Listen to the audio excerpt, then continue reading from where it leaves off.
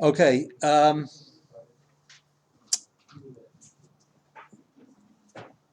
You guys are in yeshiva. Now, what are you supposed to be doing in yeshiva? Learning. So, I have a kasha. I want to start with a question. Why, when I walked into this building, was there nobody in the base medrash? So come on. I'm not attacking you. I'm not a full-time employee, so it's not my job to attack you. So give me the answer. You don't have to learn in the basement. All right. Okay, got it. You don't have to learn in the base medrash, right? So where were you? Learning in the park. Okay, you were at Gazelle Park, right? The gazelles were watching you, and you were watching the gazelles. We don't know what was more entertaining, but presumably it was mutual. So let me ask you a question. Now I'm asking a serious question. On what basis did the rabbis in this yeshiva decide that you could not sit and learn in the base medrash or wherever you might be learning? Did you have a sefer there with you that were okay? Can I go off on a tangent right away? Did I ever? Can I go off on a tangent right away, guys? Before, right? Well, first of all, did I ever tell you the story about the botanical garden in Montreal? Okay, it's important for me to know whether I've told the story because whether you've heard it from me, because once somebody said, Rabbi, I heard you tell this story a few years ago. It's a little bit different. Okay, so the botanical garden in Montreal, the Rav Yehuda Tzvi Meltzer was the son of Rav Zalman Meltzer, and names you should know. And he came to raise money for his yeshiva, which was called Yeshivat HaDarom in Rehovot. Today, Raborti's Yeshivat HaDarom still exists, you know? It's still there. Yeah, is it a yeshiva? Yeah. Yeah, okay. Then it was a yeshiva that had a number of Rosh Yeshivas at one time together. For example, Rav Shach was there, Rav Shach from Panovich, and Rav Amital. You've heard of Rav Amital? Another yeshiva. Do you know that they taught together? No, they taught together in Yeshivat Hadarom. Okay, so he came to raise money. This is around 1960 in Montreal for the yeshiva, and my father was taking around to various wealthy people. He was trying to raise money. Okay, Rav Meltzer asked my father to lend him a Tehillim, because oftentimes he had to wait between this person he saw and that person he saw, so he wanted to say Tehillim. So my father gave him a copy of, you can see it's a tangent, otherwise I would hold up the sefer that he gave him. Okay, because my father passed away and I have that sefer now. He gave him a Tehillim with the commentary of Rav Avram ben Hagra. You know who the Gra is, right? So Rav Avram you might not know about, but he was a great Talmid Chacham, but he was in the shadow of a mighty yoke. Okay, so a lot of people haven't heard of him. So he gave him the Tehillim with this commentary, and Rav Meltzer would carry it around with him, and when he had nothing that was on his schedule, he would sit and say Tehillim. So at one point in time, there was a break of quite a number of hours, and my father asked Rav Meltzer if he would like to see something in Montreal, just be a tourist. So he said certainly. So my father suggested that he take him to the botanical garden, Montreal. Has anybody seen the botanical gardens in Montreal? No.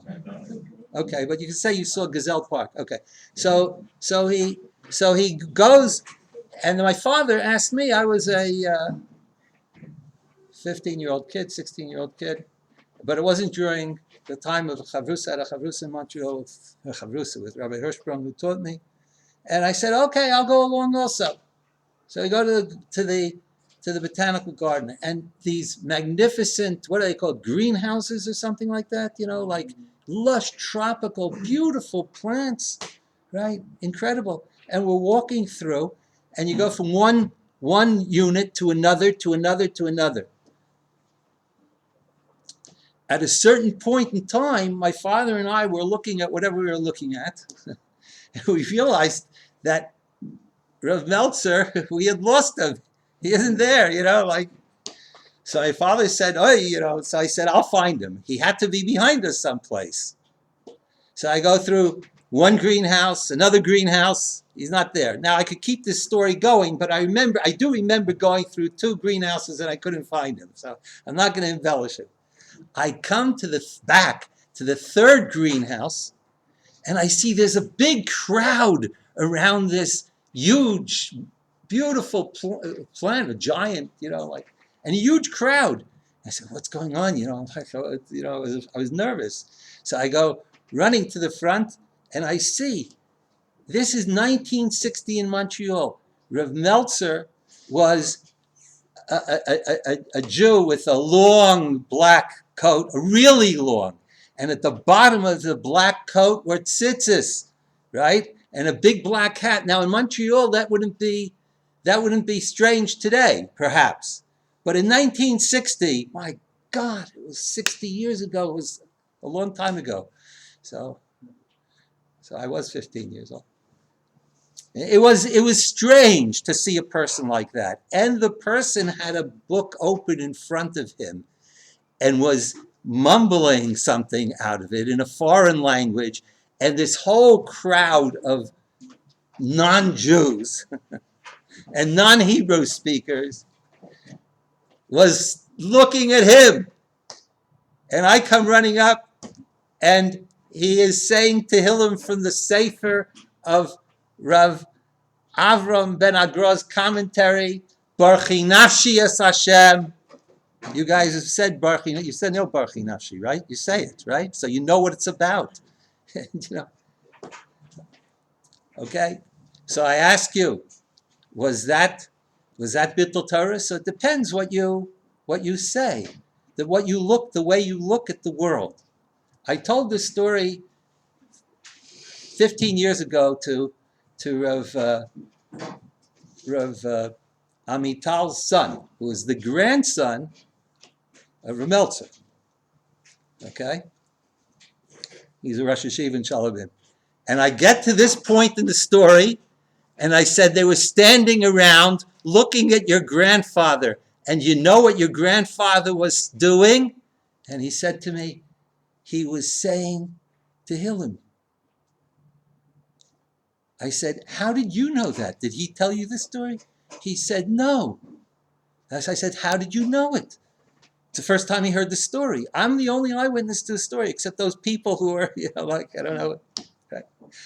So he says to me, I didn't know this story, but I knew my grandfather. Right?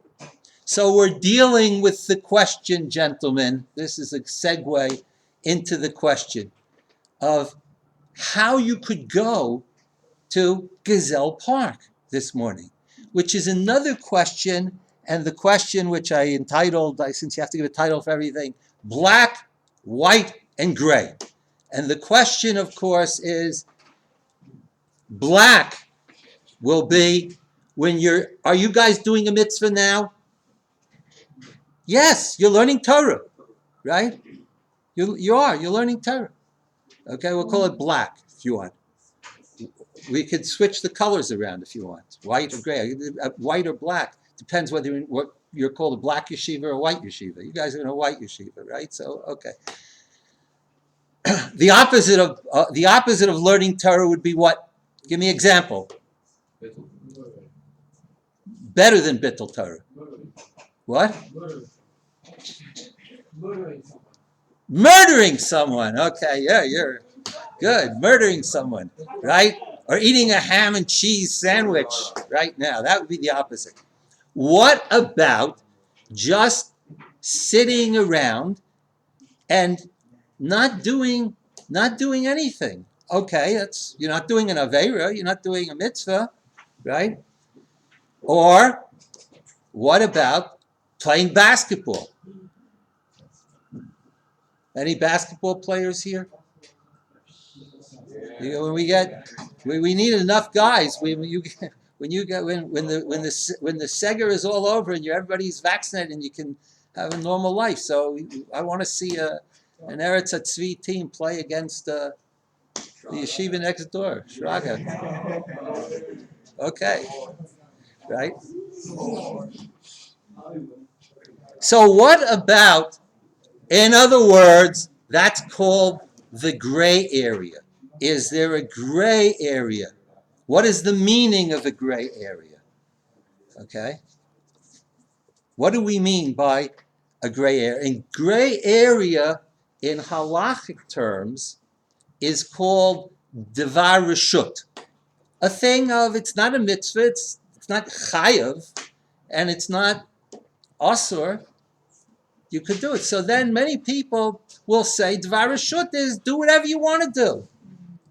Like a person who was a Baal Tshuva came over to me once and asked me whether or not he was allowed to wear brown shoes. Okay, so people who don't know very much think that everything is either black or white. So what exactly is Dvar Reshut?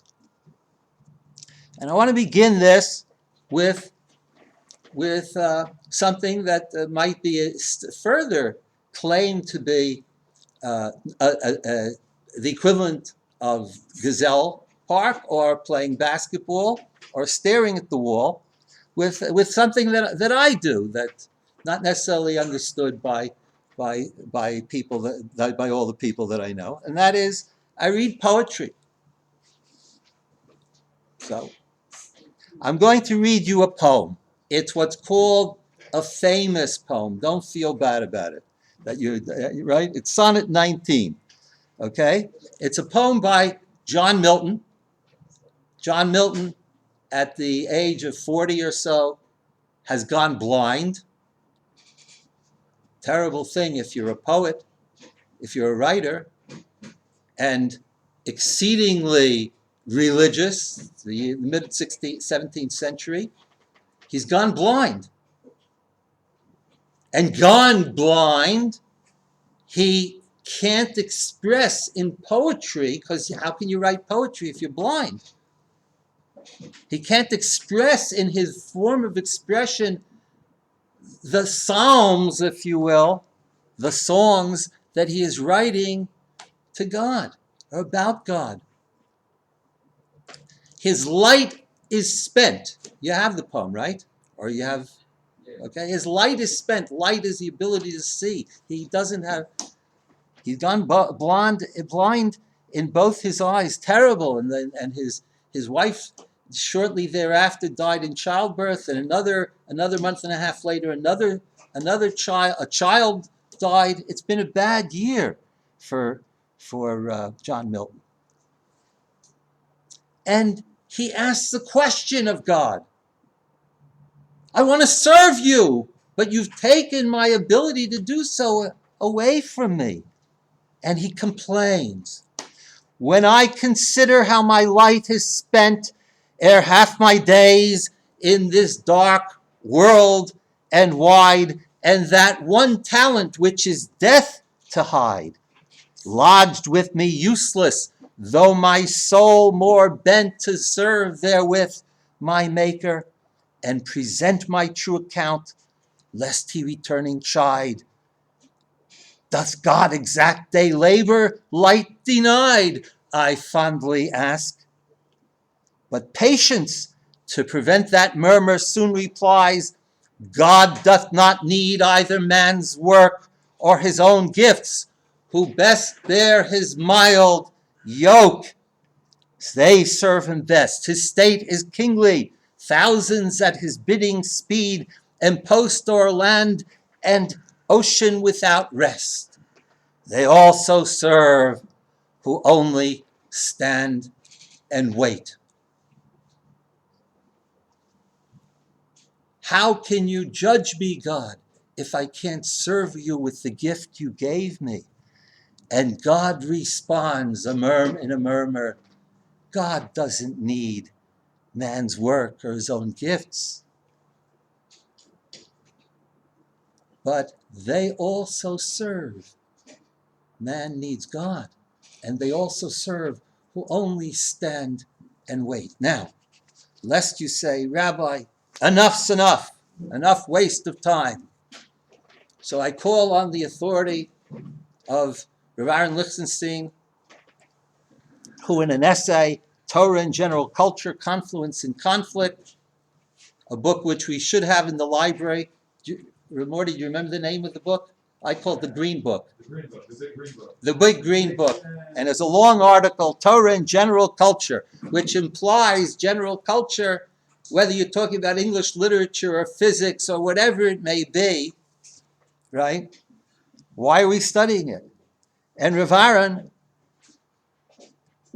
who in other places writes very movingly of this poem of Milton, Sonnet 19, he gives an example. He says, if I may cite a personal example, I recall vividly that when my father, Zatzal, was suddenly blinded at the age of 81, I felt on the one hand that I could better appreciate and commiserate with his suffering because the cadences of the great Miltonic passages still reverberated in my mind. When he says they reverberated in his mind, what he meant, what Rav Lichtenstein meant, and Rav Morty can be my guide to this, the passages of Miltonic passages that reverberate in my mind tend to reverberate in my mind when I'm reading them.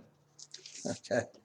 Rav Aaron, they became part of Rav Aaron because, gentlemen, whatever you know by heart becomes part of you.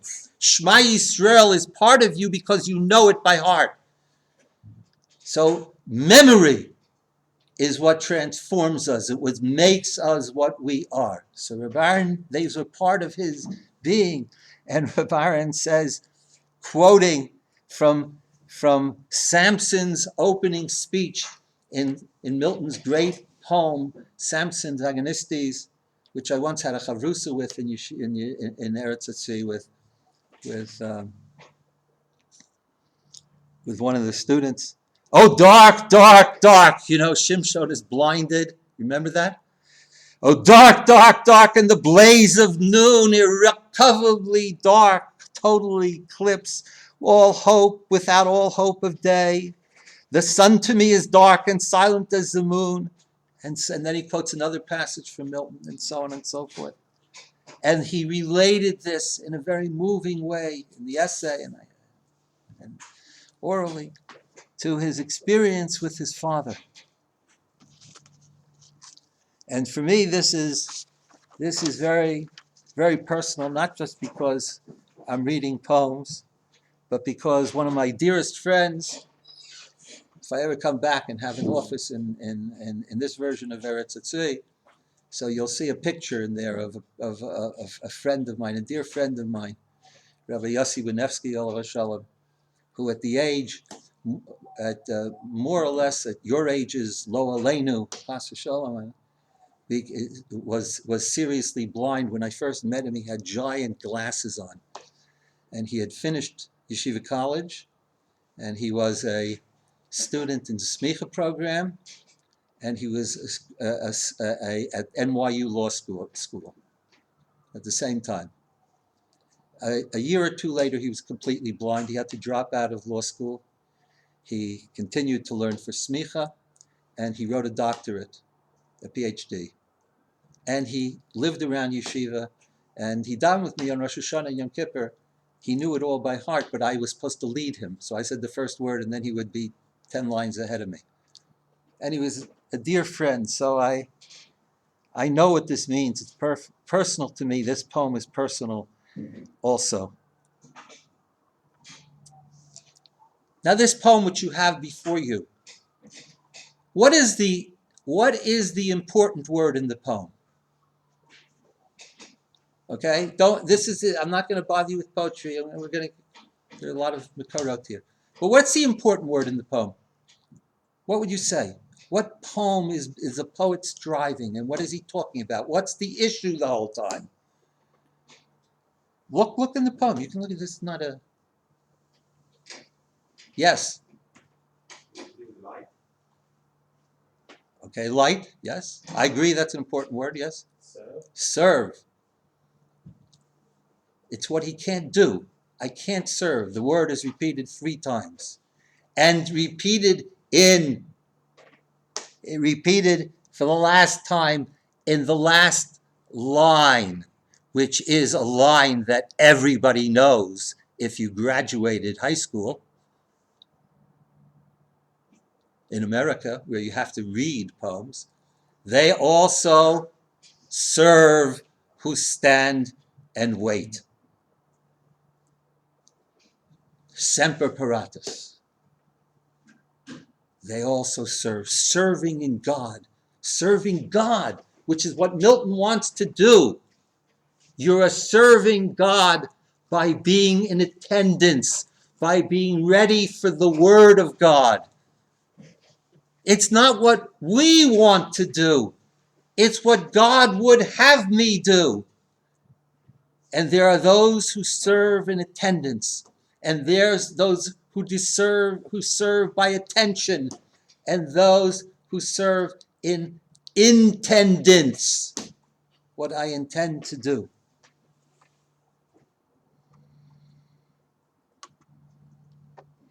Now, why is serve important to us as Jews? The word serve, service. No? Avodah shebalev. Avodah shebalev. And this is what we talked about last time. Avodah shebalev. Service of the heart.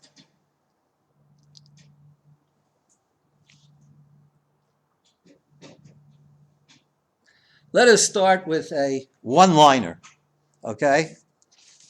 Now, it would be nice of me to have given you these sources, given you these sources in order, but I just threw them down on the paper and then I figured out.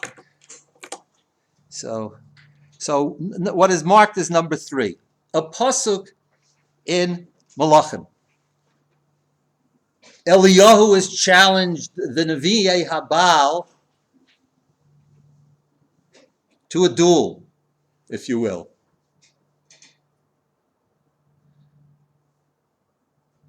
Where is it taking place? Har Carmel. Okay?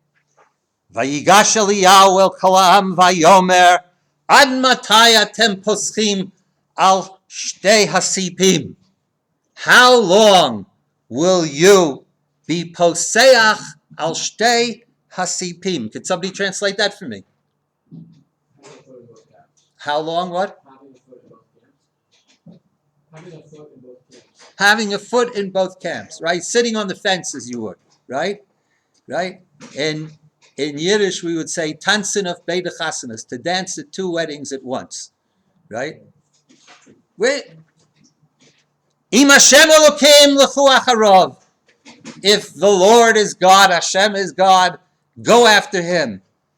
V'im habal lechu acharav. And if the Baal is your king, then go after him. V'lo ano ha'am oto davar. The people did not answer at all. Now, this is a strange question.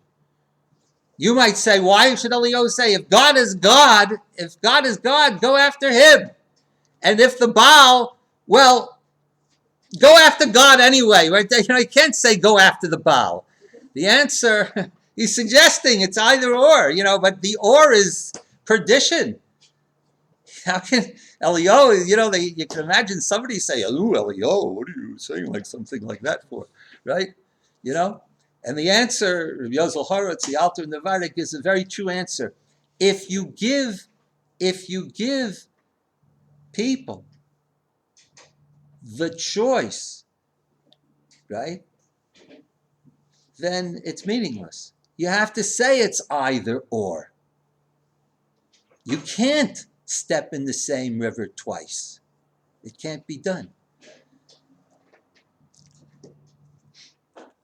Now, there is a one-liner there's a sefer Beis Aaron of Rav Asher of Stalin from the Kaliner dynasty, for the English, the Kalina dynasty. Okay, the Kaliner Rebbe is one of the really true sane leaders. Kalina Hasidim, from the beginning of the pandemic, he closed everything down. Right, and I say this even though I'm wearing a tie, the celebration, a Donald Trump tie. And if those who want to look at, I showed a Donald Trump shirt. Okay. I had a chavrusa this morning. He said, Rabbi, and I told him this. He said, I know you got it on sale. I said, yes, I did. Okay. Kalina Rebbe, he got it right. So in this sefer, the Beis Aaron, there's a section of Hasidic one-liners. Just one-liners. Now, I'm not a big fan of one-liners, but I've given many shiurim on these one-liners. And he says, wait, the pasuk says, Ad matai atem poskim al shtei asipim. Now, if I say the word seif to you, does it ring any bells, this Hebrew word? Shulchan Aruch. So this is what, in the Beis Aaron, he writes. Quotes the pasuk and then writes, Reish Lamed Aleph, Aleph, the Reish Lamed Aleph. You skip over, Poseach is to skip over your, right? Two sifim in Shulchan Aruch, right? One is in Siman Aleph of Shulchan Aruch, and the other one is in Reish Lamed Aleph of Shulchan Aruch. The first one is in the Ramah. Okay, so we're now going to what's marked 4, and that's the first Ramah in Seif Aleph of Siman Aleph. Open up the Shulchan Aruch and you'll find it. Okay, how does the Shulchan Aruch begin? We've spoken that already. The Beis Yosef, the Mechaber begins, Yitgaber Karei. What's the next word? Come on, it's Lavodas Borei, for the service of Kadosh Baruch Hu. Okay? And then, in the middle of the line, you have the Ramah. The Ramah says, Hagav yal kolponim lo yachaz mana tfilu shat tzibur mitballi. You can't daven later than the tzibur, right? Okay? And then he continues with a quote from the Tur, with a quote from the Rambam in chapter 52, book 3 of the guide. Okay? Hago, Shiviti Hashem lenegdi tamid, God is always before me. Hu klal gadol b'Torah v'malo tatzadikim. It's the great rule in Torah and in the level of tzadikim asher holchim lifnei Elokim. Ki ein yeshivat adam u'tnuotav asakav u'levado b'beito. Shivato tnuosav v'hu lifnei melech. In your house. It's not the same thing as being in the presence of the king, of being, if you will, being in the Oval Office, of being in the palace, Buckingham Palace, right? V'lo diburo v'harchiv piv kiritzono v'im anshe beito krovav ki diburo b'moshe v'melech. Everything is different. We're in the presence of majesty. Kol shekain, kal v'chomer, shiyosim ha'adam el libo. Think. Consider it. Before you get to all Shulchan Aruch, consider where you are. Shamelech hagadol HaKadosh Baruch Hu Hashem Eloch al Aretz Kavodo Omeid Alav. You're in the presence of God. V'roeh b'maasav. Kemo shenemar im yisater ish b'mistarim v'anochi lo arenu miyom Hashem. Nobody can hide. You're always in the presence of God. You're always in attendance. And the Ramah puts it at the beginning of Shulchan Aruch when he says we're skipping over this. Shulchan Aruch is not a recipe for people who suffer from OCD. It's the instructions for how to behave in the presence of the king. We're all in attendance. We're all there wherever we are. And then there's another seif in Shulchan Aruch, Siman Reish Lamed Aleph, which is almost at the end of the halachos of what our day-to-day lives are like. Not after that, we have Shabbos and Yom Tov and so on and so forth. And that is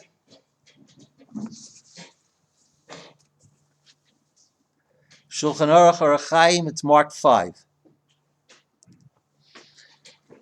He's talking about going to sleep. We've gone through the day, it's time. If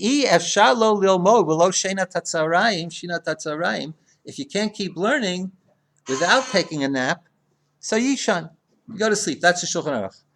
Hago. Ukshener minishmoso ein tzarich levarech elokai neshama. Right? So these have say elokai neshama, right? Then the Mechaber goes on. We're talking about the Mechaber. Rabbi Yosef Karo. Uvilvad on the second line, Shlo Yarech Bo She'asa Lishon B'Yom Yosef Mishen Asus Shin Asus Shu Shin Nish Yapazeh Amat Lo Take Kavanato Lahanat Gufo. Your kavanah should not be because it's a pleasure to sleep. El Lahaksi Gufo LaVodat Hashem Yitbarach, to give strength to your body to serve God. V'chein, third word, third line. V'chein Bechol Shiene B'Olam Hazeh. Any pleasure you have in Olam Hazeh, in this world, Lo Yechavein Lahanaso Ela Lavodat HaBarei Yitbarach. Shenemar, the pasuk says, "Bechol drochecha da'ehu, ve'amru chachamim kol ma'asecha yu l'shem shamayim shafilu dvarim shel." The word underlined, reshut, kigono achilo v'ashtiya v'alicha v'yeshiva, all these things. And then I want to skip to, right, to the bolded v'chein b'shchiva ein tzarich lomer shivizman shiyochal laso b'torah v'mitzvos lo yizkar b'shena le'anegatzmo afilu izman shiyageya v'tzarich lishon, even when you're tired and you need to sleep. Kedei lanuach migiyoso im osalanas gufo eino meshubach eliyit kavein lateit shena le'einov l'gufo menucha l'tzarich habriot. And then he goes on and on. Now this Mechaber, we are Ashkenazim, if you will, are bound by the Ramah in the very first siman, and for some reason the Sfardim are bound by the Mechaber in almost the last siman of this unit, Reish Lamed Aleph. So I like to be bound by both of them. At the beginning, at the end of everything. At the beginning of asking, what do I have to do as a Jew? And I read, this is what I have to do. I have to get up here, and I have to do this, and I have to say this, and I have to do that, and I have to, right? I can't eat the food this way. What should I do? What should I do? Right?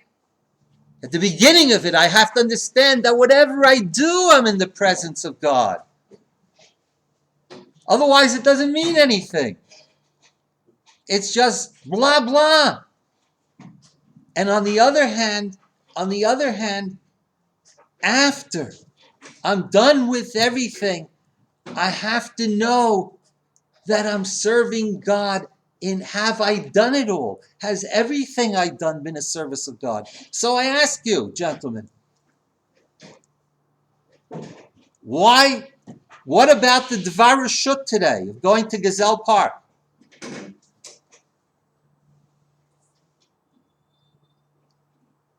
What was it? Do you say, Baruch Hinashu ma'arabu ma'asecha Hashem miyoramku machshavosecha? Gentlemen, some of you will go to university. Some of you will waste your time and you'll read poetry. You know, how are you going to make a living? There's no money in poetry. You know, but the converse is that there's no poetry in money, but be that as it may. You know, right? But what if, chas v'shalom, one of you studies physics? What if, chas v'shalom, one of you studies biology, or even sociology. Okay? Morabu Masecho Hashem. Could you look at the universe and not say Tehillim Barchi Nafshi? Could you look at the most distant star or the smallest, as it were, molecule and not say, wow, I'm not trying to prove from beauty or intricacy, I'm not trying to prove the existence of God, but can you not say, wow, as a religious person, as a person who does all of Shulchan Aruch? I'm sorry, I'm declining. How could you fail to see the beauty of that? How could you fail?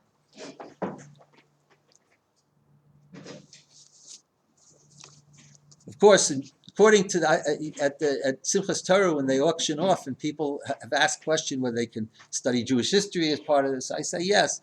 People have asked the question about physics, and I said, if you're a Yemenite, yes. No, what? The Yemenites paskin like the Rambam, and the Rambam includes the study of Masei Bereshit in the study of Torah Shabbal Peh, right? But Shulchan Aruch doesn't paskin that way, so what can I say? But nonetheless, to not be inspired,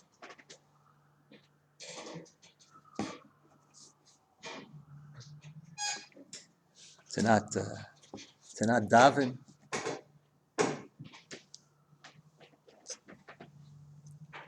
Now,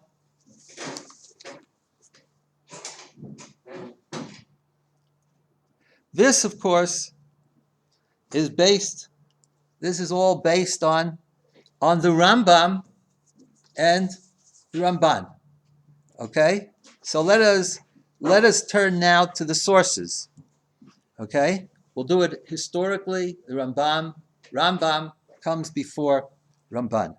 So source number one, Mishnah Torah and Hilchot Deot. Okay, especially, you know.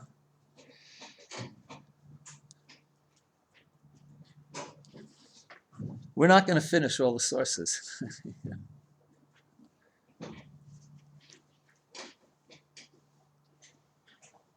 Morty, did you ever, I'm going back to a story I told last time, did you ever have a Rebbe that let you out always on time? Always. What? Yeah. Okay. The Rav rarely let us out on time, right? And nobody, when I taught even in college, when I taught in college, so at the beginning of the term, I would say, I know when the class is over. You don't have to begin closing your books or putting your pens down. I got it, right? I didn't tell them I'm a yucky and I, had the alarm clock incident in my own life. I got it, right? But the Rav, it'd be hard to remember a time that the Rav ever looked at his watch and said, oh, the class is over, time is up. And to go a shiur that was supposed to last for an hour and 45 minutes, okay, if it ended at 2:00, it was early, and if it ended at at 2.5 hours, it was pretty normal. But if it occasionally ended at 3 hours, nobody stirred, right? I once in one shiur with the Rav, it was a shiur that went on for 6 or 7 hours. Okay. Tzorech ha'adam in the Rambam, sheyechavein libo, sheyechavein libo. What is kavana? So you say, what is? Yeah, direction, attendance, attention. right? We talk about kavana in davening. But the question, of course, as I might have mentioned before, the question is not what is the kavana you should have in davening, but what is it to do anything without kavana? What is it to live an unexamined life? According to the philosopher, and I'll put it, what is it to live an unintended life? A life without intention and without attention. And what is the attention of life and what is the kavana of life? Sheyachavein libo. What's going on in my lave? What's going on in my lave? Where's the lave? You can point to here, you can point to here, here if you're a scientist, here if you're a poet, and in between, the connection between this and that. Okay? Sheyachavein libo umasov, and everything you do, kulam, bilvad. What? Leida et Hashem bilvad. Now, how do you translate leida? To know, to be aware. For the Rambam, leida also means, in the last chapter of Sefer Hamado, the book of knowledge, to know is to love. In the second chapter of the book of knowledge, the love of God is to know God. To know, I'm going to do it again, to know, to know, hear him, God, is to love, right? V'yashivto, v'kumo, v'diburo, his sitting and his standing and his speaking. Why is the Rambam using those terms? Doesn't it seem superfluous? No. I should have put it on airplane attendants, but you're not allowed to be on airplane now anymore, right? So, shivto, v'kumo, v'diburo. No, where's that from? Oh. Right. It's from the paragraph about love. V'yahavta Hashem Elokecha. Right? Hakol le'umat zeh hadavar. All of this. It's about this. Everything you do. Ketzad. Shisa v'yitein. Oyasem alocha litol sachar. You're working. Lo yebelibo likbot zmamim bilvad. It should not be in your heart only to make money. But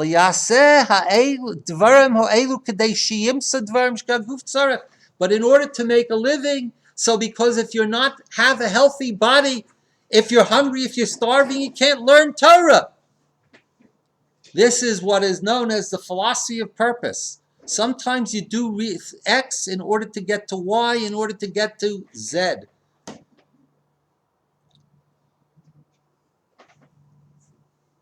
And the Rambam goes on. It's a tragedy that we don't have the time to learn this whole Rambam together. But go to line 10, 11. Eliyosim, second word. Ela shiyosim alibo shihe gufo sholem v'chazak. You do things so that you should be healthy. Kidei sheyitia nafsho, so that your nefesh, your essence, you should be yeshara ladat et Hashem, should be properly adjusted to know, to love God. And then in line 12, nimtza, more or less in the middle of the line, nimtza hamahalik b'derech zu, a person who goes in this way, kol yomav Oved et Hashem tamid. Oved et Hashem tamid. Right? No matter what he's doing, Oved et Hashem tamid. It's brought down, the Chayei Adam brings it down. The Chayei Adam says, in discussing brachot, the Chayei Adam said that he heard from great people. Now, the Chayei Adam was the brother-in-law of the Gaon, so I always like to imagine that this is from the Gaon. That before he would eat anything, he would say, before the bracha, he would say, Mashani ochel, what is kedei shieheli koach lavod Hashem. What I'm eating is that it should give me strength to serve God. The Ramban. The Ramban in Parshas Kedoshim argues with Rashi. Kedoshim tiyu, you should be holy. What does Rashi say? What? Yes. Separate yourself away from everything. Okay. Rashi doesn't quite say that, but you answered the question. On my first day in the another tangent. My first day in the Rav shiur. So the Rav, we were talking about, it was about shtaros. It was Maseches Gittin, and the Rav asked something about shtar. What is a shtar? A document that you sign. He talked about edut, testimony, and shtar, and he said, why you can't give written testimony, right?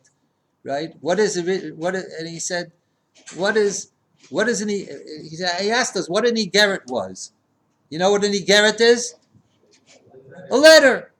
So that's what some people said. Most people, and I was among most people, were smarter. We kept quiet. We were going to ask us what a letter was, what an igeret was. But igeret is a halachic term, and nobody knew it. And the Rav got upset. I don't remember whether he turned to Herschel Schechter, that now Rabbi Schechter, who's in the shiur, and asked him, knew Herschel, or whether or not Rabbi Schechter, Herschel then decided to save the whole shiur, and so he told Igeret, and he told him it's edut b'ktav. It's a Rashi in Devarim, and nobody knew the Rashi in Devarim, so the Rav got a little bit upset, right? Kedoshim tiyu, you're close though. You're close. Rashi says, right? Rashi says shuprushim minha arayot, right? And this is, so it means, holiness means that you're not living in the world of forbidden sexual relations, right? You know, you're not living in the world of the largest industry on the internet, if you will, right? So the Ramban takes issue with Rashi. The Ramban says, no, Kedoshim is not limited to that. Kedoshim means that even though you do everything according to the Torah, you do everything according to the black and white. You do everything that the Torah tells you to do, and you don't do anything that the Torah tells you not to do. Okay? You eat only kosher food, and you don't eat treif food, or you don't eat on Yom Kippur, right? You're living in the world of 613 mitzvos, 612 mitzvos, right? But everything you eat, let's go one step further. Everything we eat is either Beis Yosef or what Ashkenazim call glat. Pretty good, hey, right? Pretty glat. I mean, people come into your house and they ask you, well, are you glat? You know, give me like President Biden says, give me a break. But according to the Ramban, there's another mitzvah. And that mitzvah is you should be holy, right? Because you could eat only glat, and in eating glat, you could be over the aveira of kedoshim tiyu, right?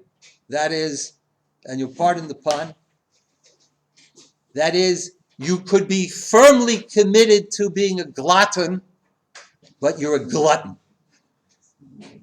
And that is not being holy. How do I know it? Because the Ramban says it, right? The Ramban says in line 5, right? The liot besov. First, he's talking about sexuality and issues, but the liot besove yain bezole basalamo. You could be among the imbibers of wine. This also counts zolale. Sove means in excess, right? It means in one evening, 16 cans of beer. Okay? And and right? Uvizolale basar, right? Right? Right? V'yedaber kitzon b'chol anavalo shuluzke b'hinei yiyeh. And line 6, underline this. Guys, take this into your hearts. You could be a naval birshut haTorah. You know what a naval is? A nuval? Right? Why is it called? You're a living nevela. Which character in Tanakh is a living nevela? Novel, because in the novel, what's he doing? He's drinking the 16 cans of beer, right? That's the novel birshus haTorah. What am I doing wrong? It's all kosher. It's all glatt kosher. It's all. I wouldn't. Chas v'sholom. I don't want the. You're not a shomer Shabbos. Don't touch the bottle of wine. You know. But I will finish the whole bottle of wine. You go to a university and you want to belong to a fraternity and they make you, what is it called? More to you in university. What do they call it? Drinking the whole thing down at once? What? To chug, yes. Is that what they called it? Everywhere, sure. Yeah. Okay, I meant that you observed students. I didn't chas v'shalom. I didn't chas v'shalom. In YU, if they would chug, at least when I was there, they would chug grape juice. You know, kedem, of course. Okay. So there is the same thing. The Ramban and the Rambam are saying in their own way, even though there's a machlokas between the Ramban and the Rambam on this, in the same way, right? That there is something beyond the beyond. One step further, there is. When we don't have, obviously, do not have the time to do it, but in the Sefer Reb Chaim Halevi, of Reb Chaim of Brisk, Reb Chaim Soloveitchik, he asks a following question. There's a steer in the Rambam. The Rambam, a contradiction in the Rambam, a apparent contradiction. The Rambam says that there are 5 things that are absolutely a necessary condition of davening. Davening means, tefillah means what we call Shmon Esrei. Because in Shmon Esrei, what is the meaning of Shmon Esrei? We call it Amidah because it is what? Omeid lifnei Hashem. And you can't be in the presence of Hashem. Chamisha dvarim in Perek Daled of Hilchot Tefillah, the Ram Paskins, Makvina ta tefillah chol pishi gizmana. Tarat yadayim, v'kisui ha'erva, v'tarat mikom tefillah, udvarim chovzim oto, v'kavanat halev. Kavanat halev. Kavana, intention, right? Focus, right? So it would seem to be that you've got to be focused, have kavana on all of davening. On Shmon Esrei, you have to be there. Right? You have to be there. It's not like a famous story of Levi Yitzchak of Aditchev, who after davening one morning goes over to the people in the shul and says, Shalom Aleichem, Shalom Aleichem, Shalom Aleichem. He says, Rebbe, they all say, we saw you yesterday. He said, what is Shalom Aleichem? No, he says, you were in this town and you were in this doing this and you were there during davening, so you weren't here. But their bodies were here. But he said, okay, so. But then, okay, here comes the contradiction. Mi shemit palel in the 10th parak, v'lo kivein et libo, yachzor v'yitpalel b'kavana. Right? Okay? Does that make sense? Any contradiction there, what I just read? Right, exactly. You found out you didn't daven. Right? Oy. I said v'tein talumata livracha this morning, and I wasn't thinking about that. When I said tein talumata livracha, I was thinking, wow, it's going to be 19 degrees today. And for people who like to rejoice in the suffering of others, and you say, and in New York, they're stuck.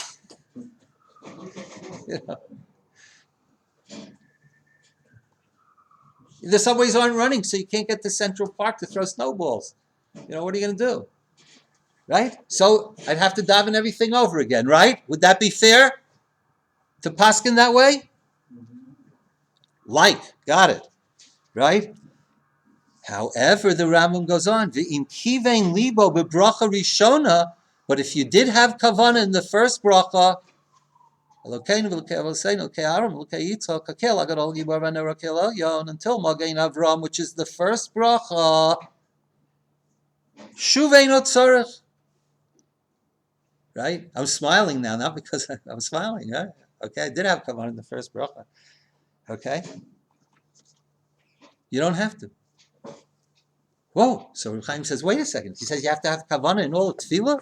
And then the Rambam says, right? So Reb Chaim lays down the following idea. I'm just sharing the idea. This is not paskening halacha here. He says, you have to know. You have to know what you're saying in the first bracha. You don't have to understand another word in all of Shemona Esrei, right? You don't have to understand another word in all of Shemona Esrei. There are two types of kavanah. One kavanah is that I know what I'm saying, that I know what I'm doing. Okay? The other one is better than know what I'm saying. I know what I'm doing. I'm praying to God. I'm the child who says, I don't know Hebrew, God, but you know Hebrew. So I'm going to say Aleph, Beis, Gimel, Dalet. I'm the shepherd who's going to play the flute, right? All those Hasidic stories. I know I'm in the presence of God. So you don't need, the Rambam says, you need to be aware the essence of prayer is to be in the presence of God. I'm going to go one step beyond Reb Chaim. Let me then ask the question. So if I know I'm in the presence of God, why do I have to know what I'm saying in the first bracha? I'm asking you the question. Because if you know you're in the presence of God, but you don't have any idea of what God is, then you're in the presence of some kind of imagination, which might not be God. Right? Now, if you want to, those who want to explore this answer further, read book 3, chapter 51 of the guide. So how do we know what God is? And we'd have to know what the translation is. What can we say about God? Only one thing, right? Hakel, Hagadol, Hagibor v'Hanara. Why? Because that's what the Torah says. You must know what that means. So the first bracha, you must know what that means. Okay? When I say what it means, I don't mean what it means. Right? You know what I mean? I know what it means. Art Scroll is good enough. Right? Sachs is good enough. Birnbaum is good enough. Right? A dictionary is good enough. It's all good enough. But not to know at all.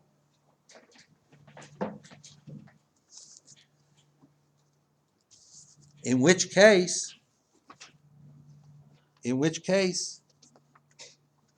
we see we've come to an answer to the question, right? There really is no gray area. It depends on intention, right? Now this is the last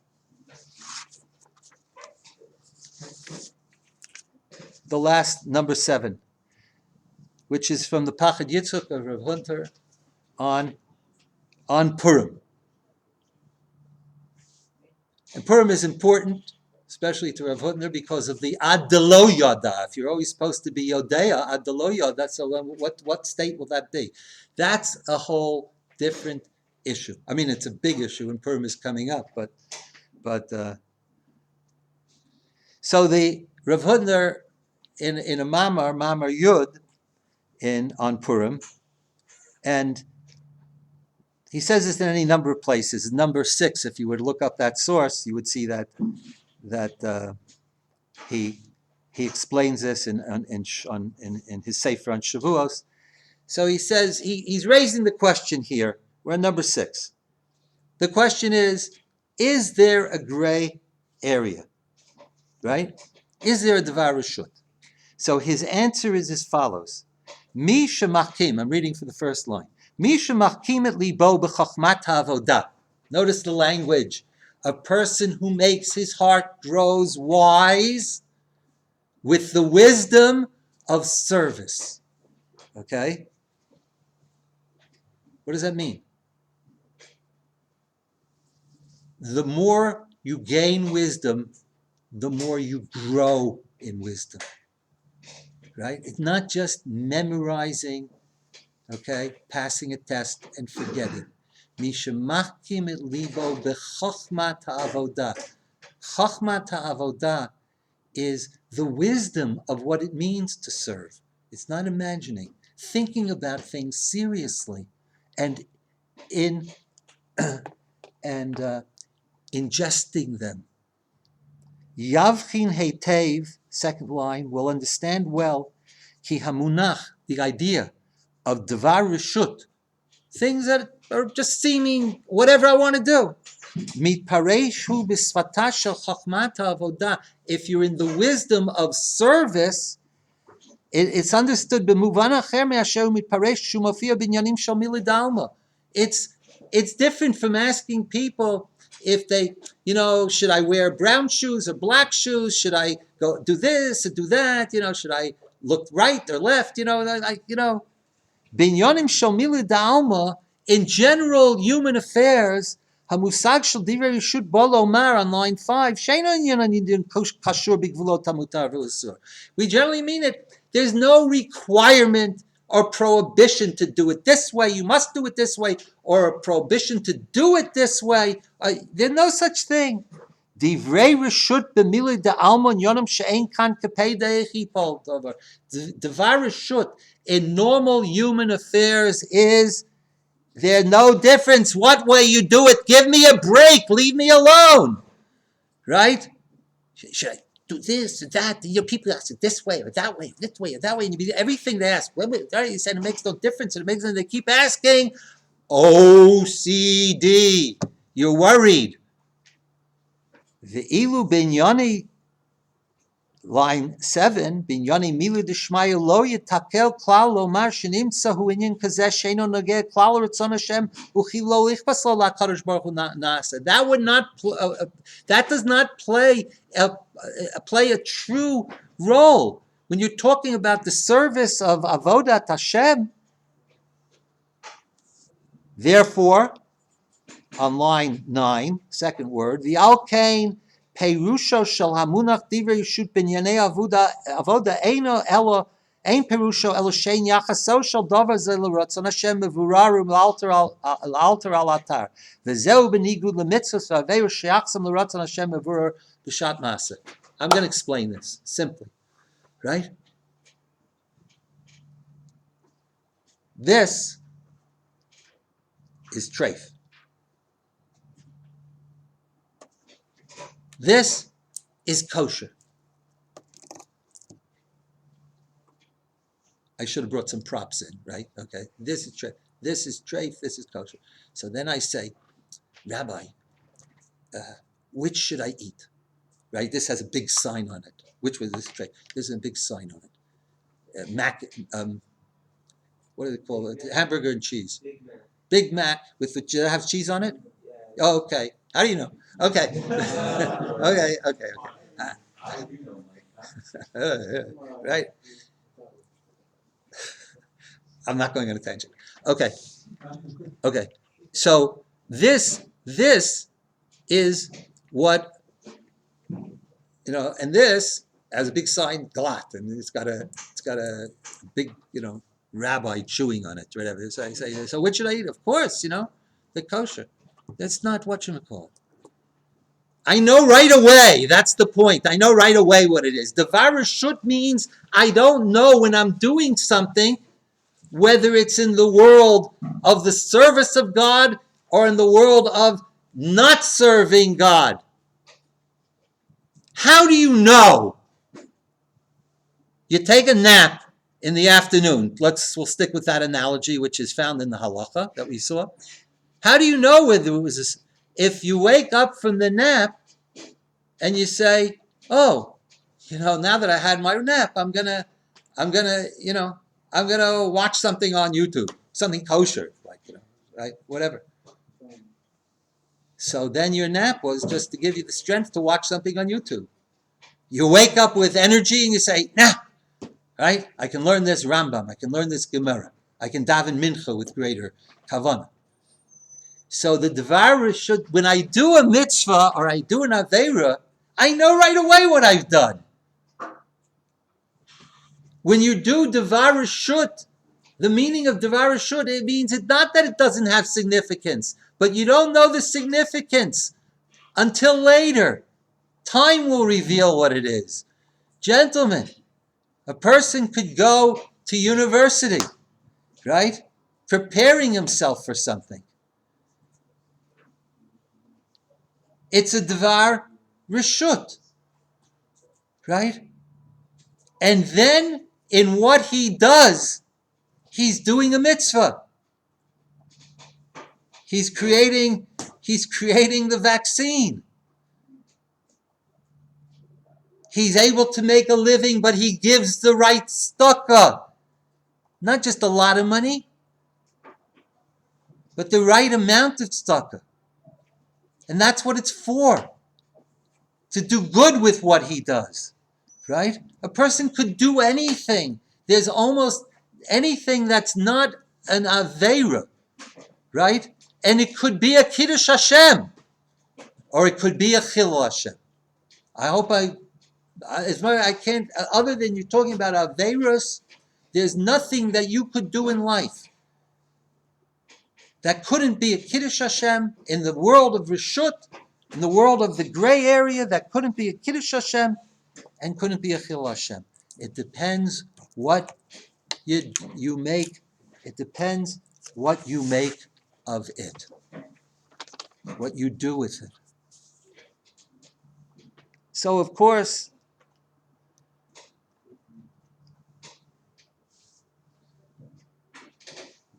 we're always, why is that? Because we are always in the presence of God. And so the question in life, gentlemen, is always what God wants of me. And Milton realizes in the middle of the sonnet that he fondly asked, in a foolish way, that's what the word means, fondly, in a somewhat foolish, unfortunately lighthearted and improper way, asked, "Well, God, why did you take my light away from me? I can't serve you. I could have served you better." Milton, for example, blind, wrote Samson Agonistes, wrote Paradise Lost.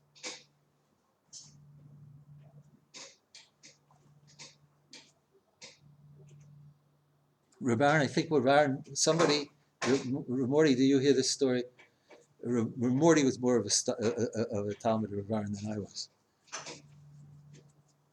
Do you hear the story that somebody once asked Ravaran whether he should read Paradise Lost? And Ravaran's response was, "I envy you, because to read it the first time is so exciting." Right? He wrote it. He dictated it. It's beyond. The question is always in life, what is a person's ultimate focus? What or whom, indeed?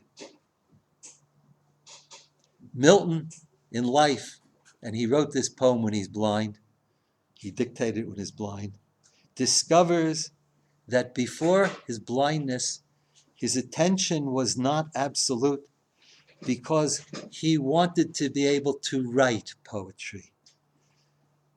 But his enlightenment came in the result through his dictating poetry. Paradise Lost and Regained is one of the great acts of religious dedication. The blindness of Milton's eye was surpassed by surpassed the sight of the eye and went to the sight of the heart. So the greatest test in life is the gray area. The greatest test of life is whether, despite all,